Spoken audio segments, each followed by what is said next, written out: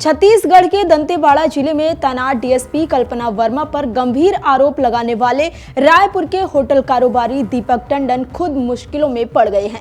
कारोबारी के खिलाफ कोरबा कोर्ट ने गिरफ्तारी वारंट जारी कर दिया है। अदालत का ये कदम लगभग 28 लाख रुपए के वित्तीय अनियमितता मामले में टंडन के लगातार गैरहाजिर रहने के बाद उठाया गया।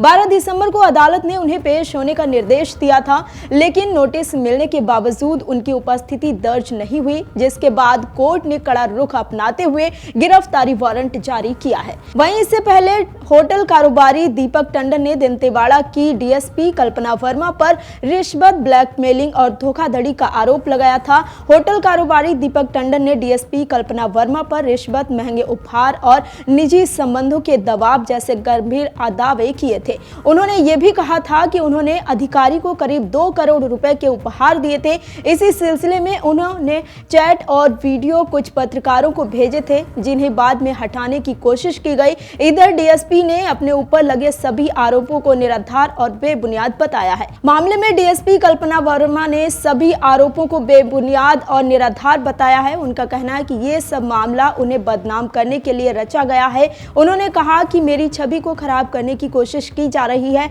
उन्होंने किसी भी तरह के गलत संबंध या पैसों के लेन देन से इनकार कर दिया है। उन्होंने कहा कि वो इस मामले में हर तरह की जांच के लिए पूरी तरह से तैयार हैं। डीएसपी कल्पना वर्मा ने कारोबारी दीपक टंडन के वायरल सीसीटीवी फुटेज और कथित चैट को लेकर टंडन से पैसे वसूलने और कार देने के आरोप को झूठा बताया है। कल्पना वर्मा ने दावा किया है कि वो टंडन के होटल में पिता के बकाया 42 लाख रुपए लेने के लिए गई थी। कारोबारी दंपति का आरोप है कि रिश्ते के दौरान उन्होंने 2 करोड़ रुपए से ज्यादा की रकम डीएसपी को दी है। ये रकम अलग अलग समय पर और अलग अलग माध्यम से दी गई। कारोबारी की पत्नी बरखा टंडन का आरोप है कि उन्होंने दबाव में आकर 45 लाख रुपए का एक चेक भी छत्तीसगढ़ पुलिस की डीएसपी को दिया था। बरखा के नाम पर 22 लाख रुपए की कार थी, जिसे डीएसपी वर्मा ने हड़प लिया। जब दंपति अपने पैसे को मांगने वापस गए तो विवाद गहराने लगा। बता दें कि महिला डीएसपी कल्पना वर्मा साल 2016-17 बैच की अधिकारी हैं। वर्तमान में वो दंतेवाड़ा में पदस्थ है। राजधानी रायपुर में एक होटल कारोबारी और महिला डीएसपी के बीच चल रहा विवाद अब खुलकर सामने आ गया है। चेक बाउंस के मामले में उलझे होटल संचालक दीपक टंडन ने महिला डीएसपी के साथ हुई निजी चैट वायरल कर नई बहस छेड़ दी है।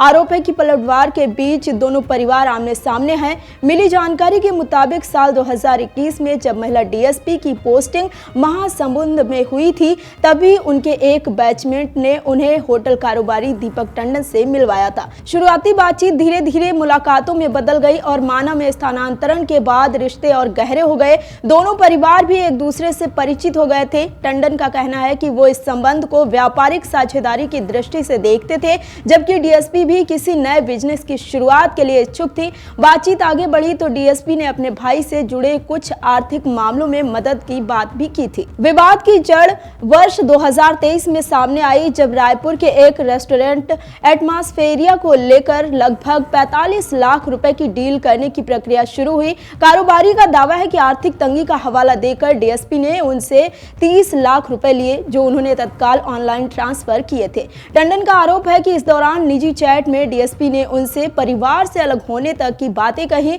जिसे उन्होंने शिकायत के साथ डिजिटल सबूतों के रूप में प्रस्तुत किया है। उनका दावा है कि जब उन्होंने पैसे वापसी और व्यापारिक हिसाब किताब पर सवाल उठाया तो उन्हें झूठे केस में फंसाने की धमकी मिली थी।